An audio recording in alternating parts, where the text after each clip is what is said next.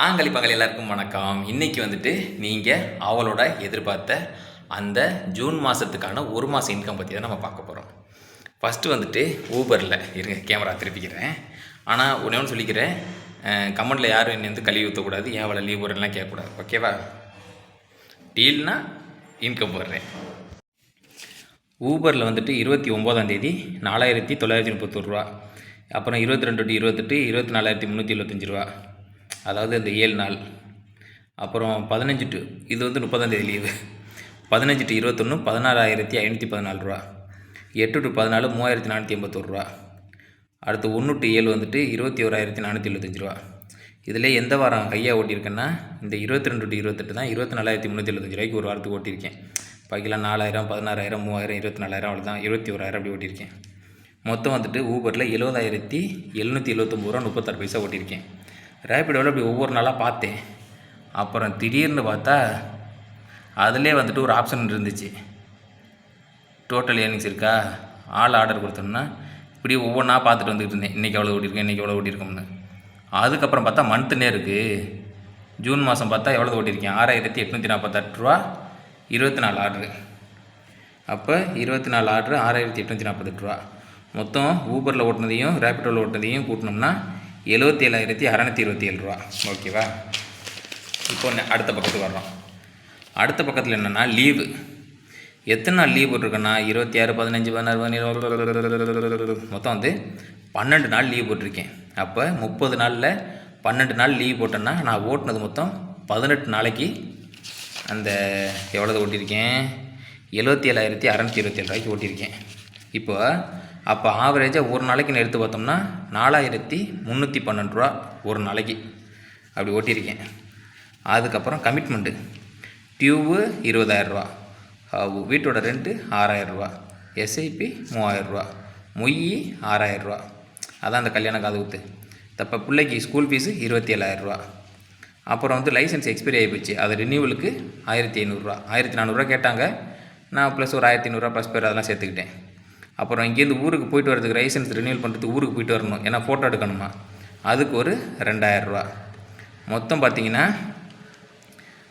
எல்லாம் சேர்த்து எனக்கு ஒரு மாதத்துக்கு கமிட்மெண்ட் எவ்வளோ வருதுன்னா 62,000 ரூபா வருது. ஆனால் நான் ஓட்டியிருக்குது 65,000 ரூபாயா, இல்லை கரெக்டு. மொத்தம் வந்து எனக்கு ஒரு மாதத்துக்கு 65,000 ரூபா தேவைப்படுது. இப்போ அடுத்த பக்கத்துக்கு வர்றோம். நான் மொத்தமாக ஓட்டினது வந்துட்டு 77,627 ரூபாய்க்கு நான் ஓட்டியிருக்கேன். அதில் ஆவரேஜாக 18 நாளைக்கு, ரொம்ப கம்மியாக சொல்கிறேன், 4,300 ஓட்டினோம்னா கண்டிப்பாக 1,100 1,200 சிஎன்ஜி வரும். நான் வந்து கம்மியாக ஒரு நாளைக்கு 1,000 ரூபா போட்டு 18 நாளைக்கு 18,000 ரூபா போட்டிருக்கேன். அப்போ 59,627 ரூபா நம்ம ஓட்டுனது. நமக்கு கமிட்மெண்ட்டுக்கு எவ்வளவு தேவை, 62,500 ரூபா தேவை. அப்போ எவ்வளவு கடன் வாங்கணும், 2,873 ரூபா. ஆனால் நான் எவ்வளவு கடன் வாங்கியிருக்கேன்னா 10,000 ரூபா வாங்கியிருக்கேன். 10,000 ரூபா வாங்கியிருக்கிறதுல எனக்கு மிச்சம்னு பார்த்துக்கிட்டிங்கன்னா எங்கே இருக்காப்புல ஜிபே 26, ஓகே, 3 ரூபா 73 பைசா யூனியன் பேங்க்கில் கிடக்கு. சென்ட்ரல் பேங்க்கில்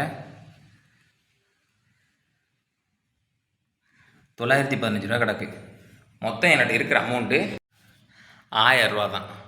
915 ஒரு 3 ரூபா சொல்கிற. அப்புறம் அந்த ஸ்டேட் பேங்க்கில் வந்து அந்த மினிமம் பேலன்ஸ் அந்த எஸ்ஐபிக்கு 3,000 ரூபா கிடக்கு, அதை நம்ம எடுக்க முடியாது, ஏன்னா அது கமிட்மெண்ட்டோட அதை நான் உள்ளே ஆல்ரெடி சேர்த்துட்டேன், அதனால் அதை நம்ம தொடக்கூடாது. இப்போது இதில் நான் சேர்க்காதது எனக்கு டெய்லி சாப்பாடு, எங்கள் பொண்டாட்டி பிள்ளைக்கு சாப்பாடு, அப்புறம் வீட்டில் காசு கொடுக்கணும் அதுக்கப்புறம் திடீர் வைத்திய செலவுகள் இதெல்லாம் ஆயிருக்கு. அப்போ அந்த 10,000 ரூபாயும் பத்தலை. அப்போ வந்துட்டு லீவு அதிகமாக ஏன் போட்டேன் அப்படின்னா வந்துட்டு என்கிட்ட ஒரு கெட்ட பழக்கம் இருக்குது. என்னென்னா நைட்டு நான் தூங்கி காலையில் ஒரு வெள்ளனை எந்திரிச்சிட்டேன்னா நான் ஓட்டிடுவேன். இல்லைனா காலையில் ஒரு 10 மணிக்கெலாம் எந்திரிச்சேன்னு வச்சுக்கல, என்னால் ஓட்டவே முடியாது. அன்றைக்கி நான் எவ்வளோ ட்ரை பண்ணாலும் என்னால் அந்த டார்கெட் அச்சீவ் பண்ண முடியலன்னு அந்த மைண்ட் செட் வந்து ஃபிக்ஸ் ஆயிடுச்சு. என் முன்னாடியும் விளக்கமாத்தில் அடிச்சு செருப்பாடு அடிச்சு எப்படிலாம் மைண்ட் செட்டை மாற்றி தோலை சைத்தானே அப்படின்னு சொல்லி சொன்னாலும் மாற்ற முடியல. அதுக்காகவே லீவாக போட்டு தள்ளிட்டேன். இங்கே ஒய்ஃப் இங்கே இருக்கிற வரைக்கும் நல்லா ஓட்டினேன். டெய்லி காலையில் ஆவரேஜாக வந்துட்டு கரெக்டாக டைமிங் எடுத்துடுவேன். டைமிங் வந்துட்டு நைட்டு 10 மணி ஆகும், கரெக்டாக இது பண்ணிடுவேன். ஆனால் வந்துட்டு ஊரில் இல்லாதது அப்படி பெருமூச்சு வாங்குறது, ஒரு மாதிரியா ஒரு மைண்டு ஒரு ரிலாக்ஸாகவே இல்லை, ஸ்ட்ரெஸ்ஸாகவே இருக்குது. அதனால் வந்துட்டு என்னால் ப்ராப்பராக ஓட்ட முடியல. இந்த மாதமாவது கரெக்டாக ஓட்டணும் அப்படின்னு நினச்சேன்.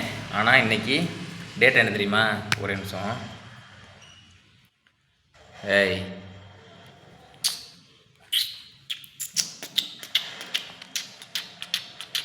ஜூலை 1 10:47. மாதத்தோட நாள் நல்ல நாள் இன்றைக்கின்னு பார்த்து லீவ் வர மாதிரி ஆகிப்போச்சு. ஏன்னா இன்றைக்கி லேட்டாக எழுந்திரிச்சிட்டேன். அவ்வளோதான் மக்களே. இந்த வருமானம் உங்களுக்கு நீங்கள் தெரிஞ்சுட்ருப்பீங்க. ரொம்ப பேர் எப்படி ஓடும் எது ஓடுன்னு கேட்டிங்க. ப்ராப்பராக ஓட்டிங்கன்னா ப்ராப்பராக சம்பாதிக்கலாம். ஆனால் அதுக்குள்ள கமிட்மெண்ட்ஸ் இருக்குங்கிறது தெரிஞ்சுக்கோங்க. ரொம்ப கண் முழிச்சு ஓட்டினா வந்துட்டு அதுவும் உடம்பு சரியில்லாமல் போயிடுது. உடம்பு ஒத்துழைக்க மாட்டேங்குது. ஒரு காலத்தில் நான் இங்கே சென்னையில் ஓட்டும் போதெல்லாம் வந்துட்டு நல்லா பிரிஸ்காக ஓட்டுவேன். வாரம் ஃபுல்லாகவே தூங்குவேன். வாரம் ஃபுல்லாகவே கார்லேயே நைட்டு தூங்கி வாரம் இப்போ நியர்பை பெட்ரோல் பங்கு ஒரு சில பங்கு இருக்குது, அங்கே குளிச்சிக்கிறது. அப்புறம் ஏர்போர்ட்டில் ஒரு இடம் இருக்குது, அங்கேயே குளிச்சிக்கிறது. ஏர்போர்ட் பக்கத்தில் ஒரு டாய்லெட் இருக்குது, அங்கே குளிச்சிக்கிறது. அப்படிலாம் ஓட்டியிருக்கேன். ஆனால் இப்போ ஒரு நாள் கூட காரில் தூங்க முடியல. ஒரு மாதிரி மூச்சில் அடைச்ச மாதிரி ஆகுது. உடம்பு சரியாக கவனிக்க முட்டதுனால இப்போ எல்லா வியாதியும் வந்துடுச்சுன்னு நினைக்கிறேன். அந்த மாதிரிலாம் இருக்காதீங்க. ப்ராப்பராக ஓட்டுங்க. டயத்துக்கு வீட்டுக்கு வர பாருங்கள். இந்த மாதிரி அளவுக்கு அதிகமாக லீவும் போடாதீங்க. எதுக்கும் ஃபேமிலியோடு சேர்ந்து இருக்கிற மாதிரியே பாருங்கள். இங்கே சென்னை வந்துட்டு நீங்கள் ஒரு கார் வச்சு ஓட்டுறீங்கன்னா ஃபேமிலியோடே வந்துடுங்க. அதான் பெஸ்ட்டு. இல்லைனா வந்துட்டு மைண்டு வந்துட்டு ஒரு மாதிரி டிப்ரெஷனாகவே இருக்குது. டிப்ரெஷன் வந்து எனக்கு மட்டும்தான் அப்படின்னு நான் நினச்சிக்கிறேன். என்ன மாதிரி எல்லோரும் அப்படி இல்லைங்கிறது எனக்கு ஒரு சிலரை பார்க்கும்போது தெரியும். சிலர்லாம் வந்துட்டு 24/7 ஓட்டுறாங்க. அப்படிலாம் நம்ம பார்க்க முடியுது. நம்ம நல்லா பண்ண முடியாது. ஏதோ ஓரளவு ஓட்டி ஓரளவு சம்பாதிச்சா போதும். ஆனால் அந்த கடன் வாங்குறேங்கிறது அது ரொம்ப தப்பாக தான் தெரியுது. அந்த 10,000 வாங்கியிருக்கக்கூடாது. அப்படி வாங்கலைனாலும் ஒன்றுமே சமாளிச்சிருக்க முடியாது.